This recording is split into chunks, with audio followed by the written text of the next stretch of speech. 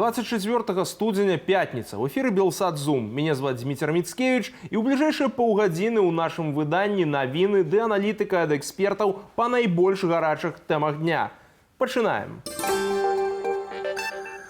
Як сістэма рэжыму Лукашэнкі заахвочвае булінг у школах ды іншых дзяржаўных установах? Чаму маладыя спецыялісты ўцякаюць з вёскі, а сельская гаспадарка застаецца без працаўнікоў? Лукашенко выпусціў на волю чарговую партыю палітычных вязняў. Праблема булінгу ў школьным асяроддзі застаецца адной з самых балючых і актуальных у грамадстве.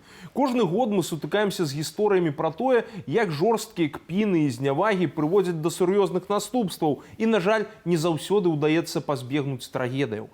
Булінг – гэта не проста жарты і дробныя падколы, як часта спрабуюць гэта прадставіць. Гэта сістэматычны маральны ціск на чалавека, яго прыніжэнне, цкаванне і часам нават фізічны гвалт. Гэтак нядаўна стаў вядомы жахлівы выпадак, які адбыўся в адной з гомельскіх школаў. 14-гадовы школьнік, якога цкавалі аднакласнікі, не вытрымаў і прынёс на урокі нож, каб адпомсціць за здзекі. Раней аднакласнікі хлопчыка пры дапамозе падману атрымалі ягоныя інтымныя фотаздымкі, якія пачалі распаўсюджваць у класе дзеля смеху. А летась у адной са школаў Рагачова адбыўся інцыдэнт, дзе 3 дзяўчыны 14-15 гадоў вырашылі паздзекавацца са школьніка, якому было 11 гадоў. Спачатку на вачах іншых дзяцей яго прыніжалі, далей павалілі на падлогу, пачалі збіваць нагамі і рукамі. Урэшце сцягнулі з яго штаны і пачалі імітаваць палавы акт. У выніку нападніцам прысудзілі год пазбаўлення свабоды з адтэрміноўкаю на такі ж тэрмін. І гэта толькі выпадкі, якія сталі публічнымі. А з намі на сувязі клінічны псіхолог Азалія Аліева, з якой мы на гэтую тэму і паразмаўляем. Азалія, добрый вечар. Добрый вечер. Увогуле, скажыце, калі ласка, чаму у цяперашніх школах прысутнічае такая з'ява, як булінг? І ці гэта прыкмета толькі установаў з нейкім ніжэйшым статусам, альбо ніхто ад гэтага не застрахаваны?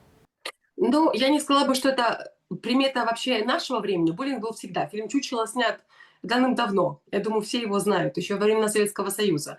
И буллинг был всегда там, где были люди, да, потому что он связан не со статусом школы, он связан прежде всего с психологическими проблемами самих детей, которые этот буллинг начинает осуществлять, с их низкой самооценкой. Но он также может быть связан и с таким фактором, как вообще наличие дискриминации в школе. Если в самой непосредственной школе есть вот такая дискриминация на национальной почве, например, либо на основе социального положения детей и так далее, вот тогда сама обстановка школьная этому способствует. Но в целом все равно проблема в детях. Але ўвогуле, калі взять вось гэтую атмасферу менавіта школьную, чаму настаўнікі не рэагуюць на тое, што адбываецца? Паколькі мы вельмі часта чуем, што вось гэтыя рэчы маюць месца, аднак адміністрацыя нічога не робіць. Ну, смотрите, первая причина это то, что очень многие учителя свято убеждены в том, что их задача это учить. Не воспитывать, а учить. То есть они прям таким прямым текстом говорят: дети пусть сами разбираются, я сюда пришел, чтобы учить. Вторая причина это то, что у них очень большая нагрузка. То есть огромное количество всяких разных бумажек, советов и всего остального. Они на переменках очень часто участвуют в всяких разных 5-минутках и так далее. И дети остаются одни. Я сама работала в школе когда-то. То есть у меня есть опыт работы в школе, я знаю школьную систему изнутри. Поэтому могу об этом говорить прям как есть. То есть учителя очень сильно перегружены и психологически, и эмоционально, и физически. И третье – это то, что у них нет навыков управления конфликтными ситуациями вообще. Этому не учат ни в университетах, ни где-то на дополнительных каких-то курсах. Они не умеют управлять собственными эмоциями, да, и собственной коммуникацией, и коммуникацией детей, и не вмешиваются в эти буллинг-ситуации, потому что не знают, что с этим делать. И они очень часто преуменьшают степень проблемы. Ну, как-то дети сами разберутся. И, к сожалению, это приводит часто к трагическим последствиям. А вось інстытут школьнага псіхолага тут можа дапамагчы, можа нейкім чынам рэагаваць вось в цяперашніх беларускіх умовах? Таму што я вот памятаю свой досвед, но я, шчыра кажучы, нашага школьнага псіхолага за все гады навучання ні разу так і не бачыў. Ну, я думаю, что да, конечно же, для этого и есть социальный работник в школе, и психолог есть для того, чтобы вообще проводить с детьми беседы, да, для того, чтобы вообще помогать детям развивать навыки и коммуникации, и управления конфликтными ситуациями, для того, чтобы вообще своевременно на такие ситуации реагировать, чтобы протоколы разработать реагирование, чтобы об этом знали и дети, что такое буллинг, да, то есть проводить информирование детей родителей, что это не окей, рассказывать детям в принципе, да, что и тем, кто может инициировать буллинг, и тем, кто может быть потенциальной жертвой, но вообще в принципе детям, что такое буллинг, чтобы они вообще понимали, что они делают с другими и что могут делать с ними, и как в таких случаях поступать. Это прямая задача вообще школьного психолога, администрации школы, информирование и создание такой системы предотвращения, профилактики буллинга, то есть создание такой атмосферы, опять же, взаимной поддержки. Что может сделать тоже школьный психолог или социальные сотрудники школы? Это обязательно вот стенды, это такие информационные, где вот понятна вообще политика школы, что мы не zero толеранции к насилию, zero толеранции к буллингу, да, то есть что вот у нас такая атмосфера толерантности, уважения взаимного и так далее. И нужны такие мероприятия для того, чтобы как раз вот это все проводить, все эти идеи проводить, да, для детей, обучать их этому, чтобы вот каждый ребенок, который входит в школу, понимал, что это не окей. А у нас, к сожалению, вот насилие в обществе, оно не скажу, что нормировано прям 100%, но оно принимается. И это на уровне школ точно так же принимается. Поэтому нет у детей атмосферы безопасности. Нет у них такого понимания, что вот они сюда пришли и здесь будут их защищать. Они готовы к буллингу. І ось тут якраз тое, што вы сказалі пра палітыку, бо пытанне, ці мусіць гэта быць нейкім чынам у заканадаўстве прапісана. Бо ў нас увогуле як бы такой дэфініцыі, як булінг на прававым узроўні-то і няма. Бо мы там можам казаць пра нейкую абразу, гвалт ці нешта яшчэ, але ж гэта крыху іншае. Тут мы маем проста справу з сістэматычнай з'явай. Ці, па-вашаму, такім чынам можна гэта вырашыць? І можа быць, ёсць нейкі досвед іншых краінаў, які нам варта пераняць менавіта з пункту гледжання вось гэтай заканадаўчай практыкі? Я могу дать пример Польши. Здесь нет такого прям, что законодательно нельзя кого-то булить. Но на основе школы здесь регулярно проводятся такие мероприятия, и постоянно эта риторика присутствует в обществе, да, что мы учимся толерантности, акцептации, принятию разных людей, инклюзивность. То есть политика инклюзивности, она здесь везде. Понятно, что, конечно, здесь тоже есть случаи буллинга, и тоже есть случаи нереагирования и так далее. Но в целом, если сравнивать, например, между белорусской системой образования и польской, здесь она гораздо более инклюзивна в этом плане, и меньше случаев буллинга. Они предотвращаются. То есть можно о них сообщить, и будет реагирование в этом ключе. Вот. То есть, если вот сравнивать какие-то примеры. Ну, а если, отвечая на ваш вопрос, поможет ли закон, если на каком-то общем уровне, наверное, где-то в каком-то смысле да, но об этом законе должны тоже знать люди, они должны быть проинформированы, потому что у нас есть много законов, которые по факту не работают, или люди, которых не знают. Поэтому это скорее про то, что должны быть какие-то системные меры предприняты. Но, к сожалению, очень многие учреждения образования к ним подходят формально. Отчитаются для галочки, что, мол, там привели, что-то там это сделали. А по факту это такая более высокого уровня задача. Вот создание этой именно вот атмосферы инклюзивности, безопасности и работа над навыками поведения в конфликтах и эмоционального интеллекта у детей – это задача со звездочкой. Ну, то есть тоже самый руководитель школы, он тоже должен быть не совкового типа такого, к которому мы привыкли, который вот отчитываются по бумажкам и все. Они должны быть сами развитыми личностями. И, к сожалению, вот таких руководителей очень мало, а все начинается именно с руководителя. Вот, отвечая на ваш вопрос. Поэтому законов может быть сколько угодно. Но кто будет проводить это всю жизнь? Поэтому я бы порекомендовала не только на школу надеяться, а родителям прежде всего тоже обучать своих детей навыкам поведения в конфликтных ситуациях, да, управлять своими эмоциями и обучать толерантности к другим детям. И, естественно, это база вообще, что может быть, потому что школа тоже не может всех задач закрыть. И обязательно объяснять детям, что они не одни и что они должны обращаться за помощью к родителям. Вообще интересоваться своими детьми, не оставлять их на один. Глядзіце, але булінг гэта ж не толькі дзіцячая з'ява. Мы бачым в нашым грамадстве, увогуле в беларускай сістэме гэта паўсюль. Войску, сярод чыноўнікаў. Што з гэтай увогуле справай рабіць? Якая прычына? Гэта сама пабудова сістэмы такая, якая спрыяе проста гэтай з'яве. Ну, тая ж самая дзедаўшчына, вось, напрыклад, у войску. Альбо гэта штосьці іншае. Якім чынам з гэтым разбірацца? Ну, смотрите, да, это принцип тот же самый на самом деле. Это принцип отыгрывания своих психологических проблем на других людях через насилие. Это причина та же самая. Низкий уровень эмоционального интеллекта. У белорусов, в принципе, очень низкий уровень эмоционального интеллекта. По данным организации Global Emotions, белорусы признаны самой неэмоциональной нацией в мире. Но, конечно же, эта проблема касается не только белорусов. Эта проблема касается, в принципе, многих людей, у которых низкий уровень понимания себя и управления собственными эмоциями. Поэтому они пытаются самоутверждаться за счет других людей. То есть это комплекс неполноценности, который вот таким вот образом проявляется. То есть кого-то нагнуть, кого-то поломать, так же, чтобы как ломали тебя.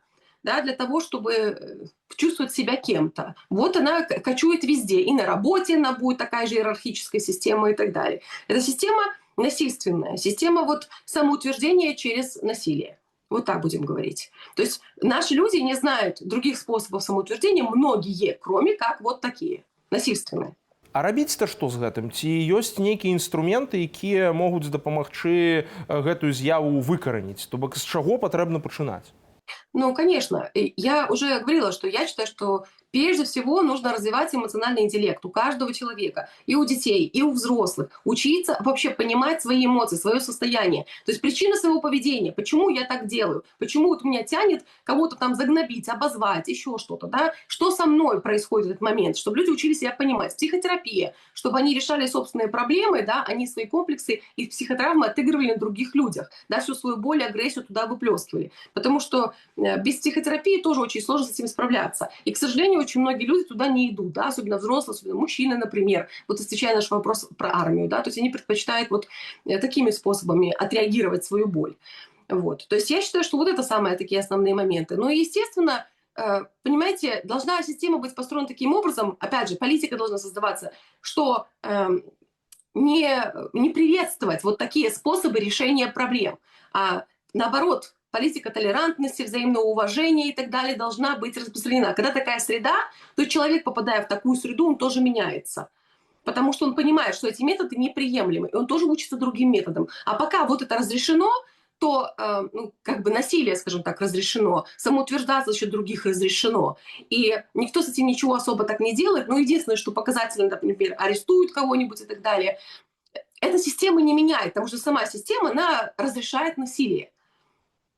И поскольку она его будет разрешать, зачем тогда учиться собой управлять, зачем учиться сложно как-то иначе выходить из ситуации, если просто побил и все. Вот так у нас решается сейчас, на данный момент. Или обозвал кого-то и все.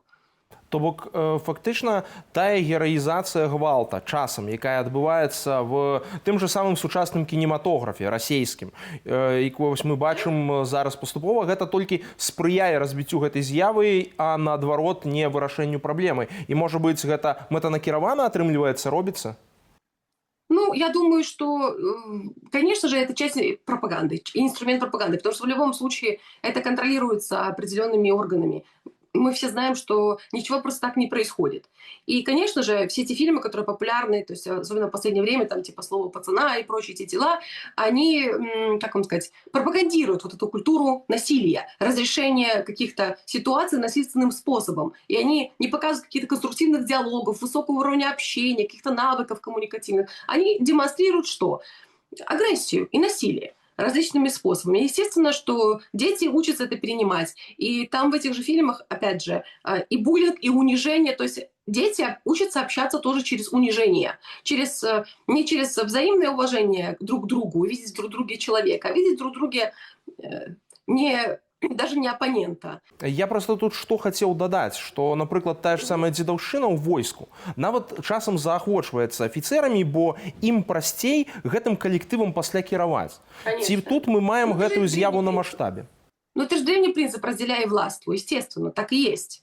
Ну, то есть им и проще не своими руками это все делать, а руками кого-то другого человека, ну, то есть это насилие осуществлять, чтобы кто-то другой следил и за порядком, у них это так называется. Вот они так и делают, направляют инструмент насилия на других, запугивания, потому что по-другому нет. Они по-другому не умеют и не видят как. Но самое интересное, я могу вам сказать, что у меня в практике, как это ни странно, есть опыт работы с белорусскими силовиками и даже в органах внутренних дел, которые занимают хорошие посты. И вот эти люди тоже до психотерапии не видели вариантов того, как они могут вообще ненасильственно общаться. Вот они были убеждены, что если они поорут, там, не знаю, не унижу, меня не послушают. Но после того, как вот мы с ними поработали, соответственно, я, поскольку еще не только клинический психолог, но еще и тренер по развитию мягких навыков, то эти люди изменили свой подход к управлению другими людьми. Для них это был шок, естественно, было большое сопротивление, они много, то есть было, естественно, обесценивание поначалу, но потом, когда они увидели, насколько это по-другому, ну, как отражается на людях, насколько люди по-другому начинают взаимодействовать, они были в шоке и, в общем, потихоньку изменили свой стиль управления. Так что все меняется, было бы только желание и возможность это делать. Вот. Дякую вялікія, Азалія. З намі на сувязі была Азалія Аліева, клінічны псіхолог. Ну і сапраўды будзем спадзявацца, што вось такія пазітыўныя падыходы будуць у нас у Беларусі таксама прымяняцца, што прывядзе да станоўчых зменаў. Лукашенко чарговы раз памілаваў вязняў 15 асобаў. Паводле прэс-службы дыктатара гэтым разам вызвалілі 8 чалавек, якія былі асуджаныя праз так званыя экстрэмісцкія артыкулы. Сярод іх 5 жанчын, у тым ліку адна цяжарная, і 3 мужчынаў. Акрамя таго, памілаванне атрымалі і 7 асуджаных, якія адбывалі тэрмін за незаконны абарот наркатычных сродкаў. Традыцыйна прозвішчы вызваленых не называюць. Пра іншыя падзеі ў нашым скароце. Міжнародная арганізацыя «Рэпарцёры без межаў» падала пазоў у міжнародны крымінальны суд супраць Александра Лукашэнкі за беспрэцэдэнтныя рэпрэсіі ў дачыненні беларускіх прадстаўнікоў медыяў. У заяве адзначаецца, што рэжым дыктатара 5 гадоў рэпрэсаваў незалежных журналістаў, якія становяцца мішэнню сістэматычнага пераследу. Паводле звестак «Рэпарцёры без межаў» каля 600 прадстаўнікоў гэтай прафесіі прайшлі праз арышт, 43 асобы надалей застаюцца ў няволі. Масаваная атака беспілотнікамі расійскіх рэгіёнаў самая буйная з пачатку года. Паводле Міністэрства абароны Расіі мінулай ноччу былі збітыя больш за 120 дронаў. У маскоўскім рэгіёне знішчылі 6 беспілотнікаў, адзін з іх над сталіцай. Праца некаторых расійскіх аэрапортаў была часова прыпыненая. Таксама дронамі былі атакаваныя некалькі нафтаперапрацоўчых заводаў, пасля чаго адбыліся пажары. Напад нанёс адчувальныя страты грамадзянскай інфраструктуры. Паводле папярэдніх звестак, чалавечых ахвяраў няма. Мінулай ноччу Украіна зазнала напад расійскіх беспілотнікаў. Як мінімум 3 чалавекі загінулі падчас удараў па Кіеўскай вобласці. У Фастовскім раёне абломкі дрона трапілі ў 10павярховы жылы дом. Ратавальнікі эвакуявалі каля 150 жыхароў. Акрамя гэтага быў разбураны і жылы дом у Броварах. Да медыкаў звярнуліся дзясяткі пацярпелых асобаў. Другі энергетычны блок беларускай атамнай электрастанцыі пачаў працу. Паводле прэс-службы Міністэрства энергетыкі гэта адбылося пасля завяршэння дыягностыкі і праверкі ўсіх сістэмаў бяспекі. Ён быў адключаны летась у снежні за спрацоўванне аднаго з датчыкаў. Што да першага блоку АЭС, то ён па-ранейшаму не працуе і застаецца на планава-папераджальным рамонце са снежня мінулага года. Паўнавартасная праца 2 энергаблокаў БелАЭС забяспечвае каля 40% патрэбаў краіны ў электраэнергіі.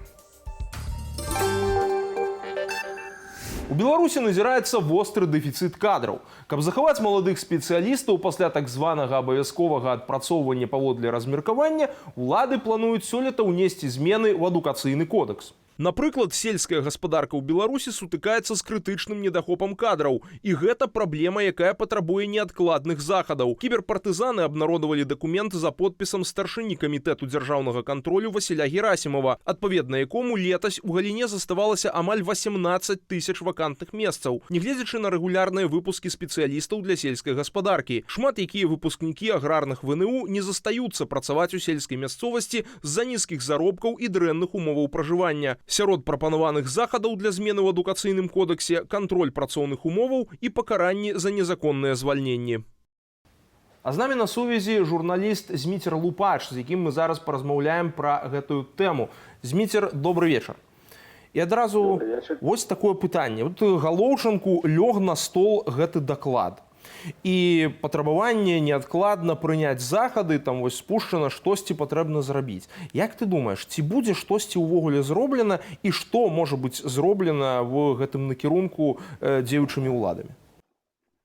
Ну, я думаю, што нічога ў іх не атрымаецца, таму што наша эканоміка, ну і сельская гаспадарка накіруецца толькі камандна-адміністрацыйнымі метадамі, а гэта ніколі не прыводзіць да добрага выніку, тым больш у сельскай гаспадарцы. Зараз наогул там моладзі на дадзены момант зусім мала.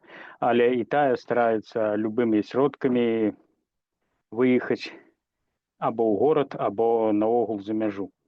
Ну, это па-першае, у вёсцы інфраструктуры няма ніякіх перспектыў, няма годных заробкаў, і улада можа толькі рабіць это адміністрацыйнымі метадамі.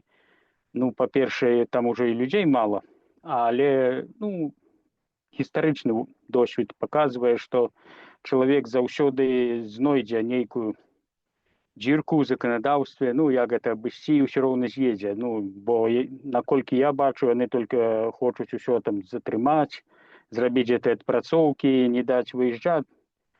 Вось я памятаю 60, я не памятаю, але ведаю, што ў 60-е гады вось это было апошняе пакаленне нашых бацькоў, якое яшчэ затрымалася ў вёсцы. Пасля ўжо вось той, хто 50-х гадоў нараджэння, яны там заставаліся хлопцы з войска неяк там рознымі шляхамі бралі гэтыя даведкі ў старшыні калгаса, і ўсё роўна выязджалі. Бо вось у нас у навакольных вёсках я не памятаю нікога, хто быў ужо 50-х гадоў нараджэння, хто б мог застацца. І вось маё пакаленне, это было, можна сказаць, апошняе, якое нарадзілася. Вось 60-е, яшчэ 70-е гады.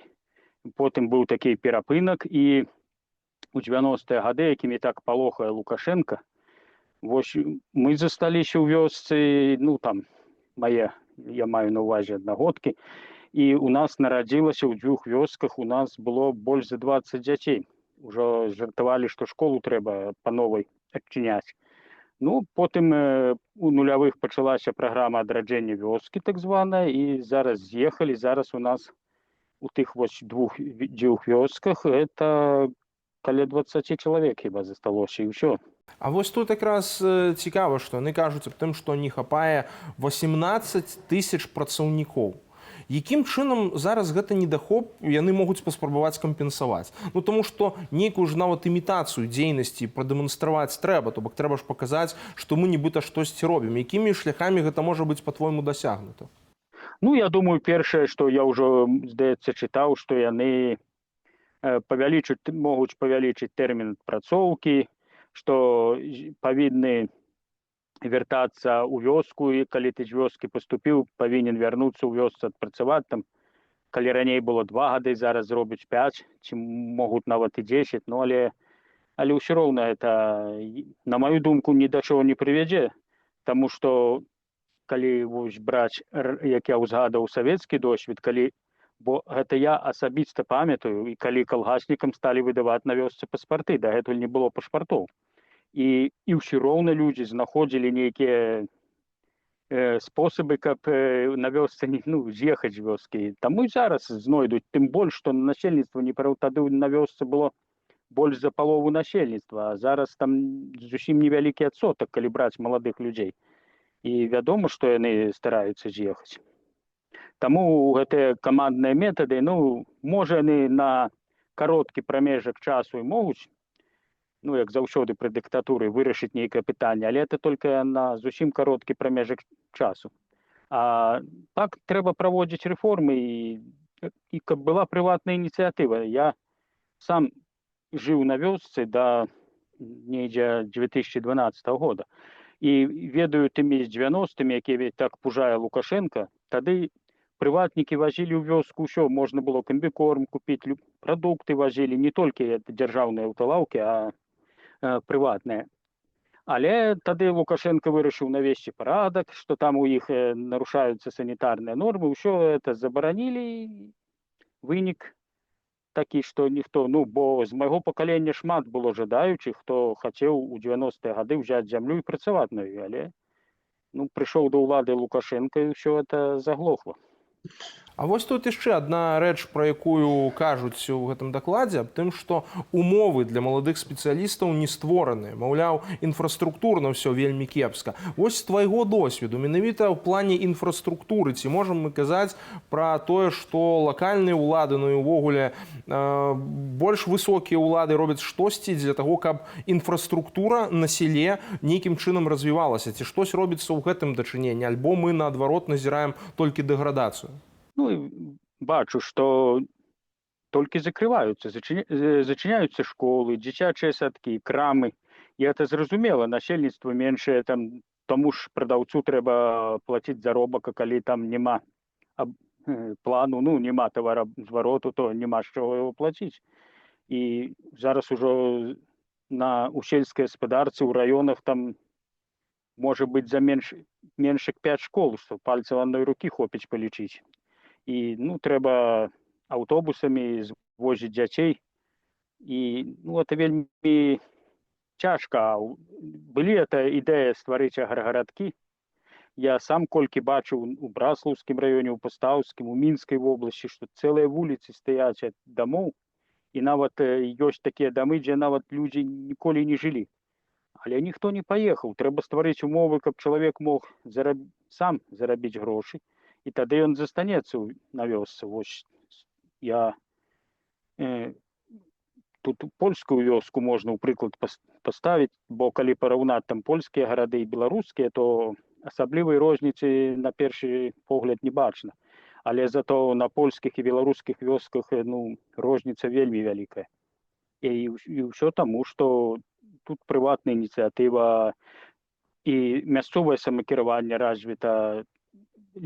Там невелике навіть питання можна вирішити на місцевому узровні. У нас же все треба як мінімум у район, потім в область, ну, все перевернуто з ног до голови, тому що у будь-якій країні народ кормить державу і керівництво, а у нас чомусь Лукашенко заявляє, що він кормить народ. Ну, це не так на самой справе. Ну, корміць народ ён байкамі, гэта зразумела, і добра ў яго гэта часам атрымліваецца, але тут цікава, ці, па-твойму, можна штосьці зрабіць з тым, вось з гэтым адтокам кадраў, каб гэтую праблему вырашыць, ну, ўжо ў нармальных умовах. Да? Вот што мусіць быць зроблена ў першую чаргу для таго, каб маладыя людзі захацелі на вёсцы заставацца, каб, скажем так, сельская гаспадарка далей працягвала вось карміць менавіта краіну, як ты сказаў, і каб гэтая сфера сапраўды набыла, ну, нейкі, не ведаю, флагманскі, ну, не флагманскі, але даволі паважны характар ужо в нармальных умовах. Па-першае, трэба правесці, ну, рэформы, якія немагчымы пры Лукашенку, бо ён на это не пойдзе. Бо ў нас зараз дайшло до таго, што амаль 65, здаецца, раёнаў у краіне прызнаныя неспрыяльныя для сельскай гаспадаркі вядзення. Ну, вядома, што беларускія ўмовы не самыя лепшыя для вядзення сельскай гаспадаркі, але ж вопыт той же Літвы або Фінляндыі, нават такая значна кліматычныя ўмовы горшыя за беларускія, ну, паказвае, што можна эфектыўна развіваць сельскую гаспадарку. І таму трэба павышаць прэстыж працы на вёсцы, падтрымліваць малы бізнес, агратурызм той же, які дзяржава вось пачала падтрымліваць, зараз эту падтрымку ўжо спыняюць. Ну і тады не адразу, але эфект будзе. Ну, той же інтэрнэт павінен быць добры на вёсцы.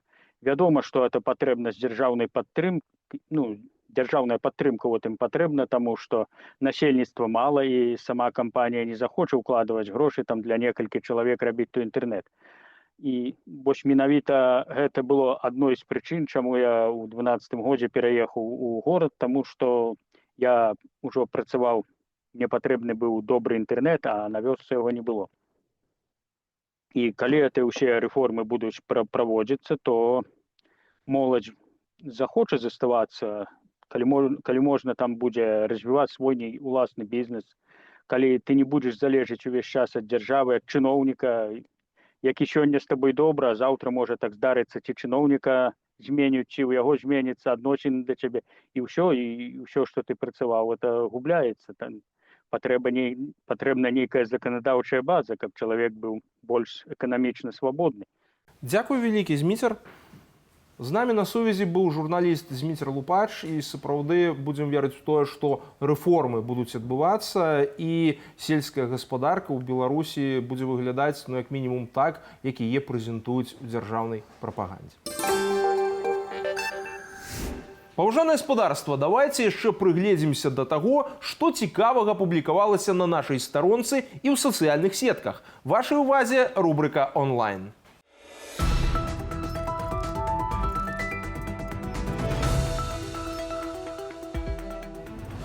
Нетыповую ратавальную аперацыю зладзілі працаўнікі Міністэрства надзвычайных сітуацыяў у Берасці. Пра ката, які апынуўся на апоры пад мостам, на нумар 112 паведамілі неабыякавыя грамадзяне. Відэа ратавання берасцейскага ката-вышынніка апублікаваў тэлеграм-канал Белсату.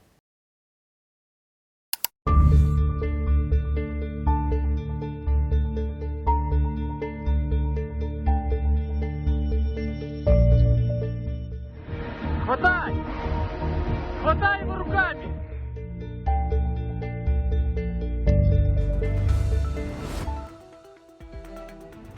Ці хацелі б вы мець дадатковае грамадзянства? Гэткае пытанне нашыя калегі апублікавалі на YouTube-канале Белсат Лайф. Нагодаю стала гісторыя пра беларуса, які 12 гадоў чакаў польскага грамадзянства і нарэшце яго атрымаў. У апытанні паўдзельнічалі амаль 190 асобаў. Большасць з іх выказалася за дадатковае грамадзянства. 62% звязваюць яго з пашырэннем магчымасцяў. 19% гатовыя дзеля грамадзянства іншай краіны адмовіцца ад беларускага. 13% удзельнікаў апытання дадатковага грамадзянства не хочуць, а вось 6% яго ўжо маюць. Лукашенко рыхтуе сына Мікалая як свайго пераемніка. Такую думку выказаў палітолог Павел Усаў. Відэа з ягоным выступам можна паглядзець на YouTube-канале Белсат Ньюз у раздзеле «Шортс».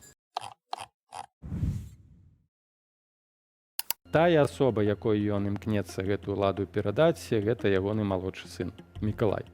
Ён робіць усё, каб проста вырасціць другога самога сябе і перадаць, але лепшую форму, перадаць яму стабільную сітуацыю, стабільны рэжым, і дзеля гэтага ўсё робіць. Ён робіць усё магчымае, каб надаць жыццёвую энергію гэтай сістэме, якая была сур'ёзна падрывана. Колькі нагадаем нашым гледачам зараз Мікалаю гадоў? Колькі 18, так хіба будзе. Як вы гэта азначае, што для яго мэта праіснаваць як мінімум яшчэ 10 год пры ўладзе для Лукашенка. Потым будзе, скажам, сцэнар такі, што Мікалай станець там кіраўніком прэзідыума. Свежае паветра, паўночныя краявіды. Працаўніцы службы вывазу смецця з Нарвегіі паказваюць у сеціве свае будні. Паглядзець відэа са скандынаўскім каларытам можна ў нашым інстаграм-акаунце.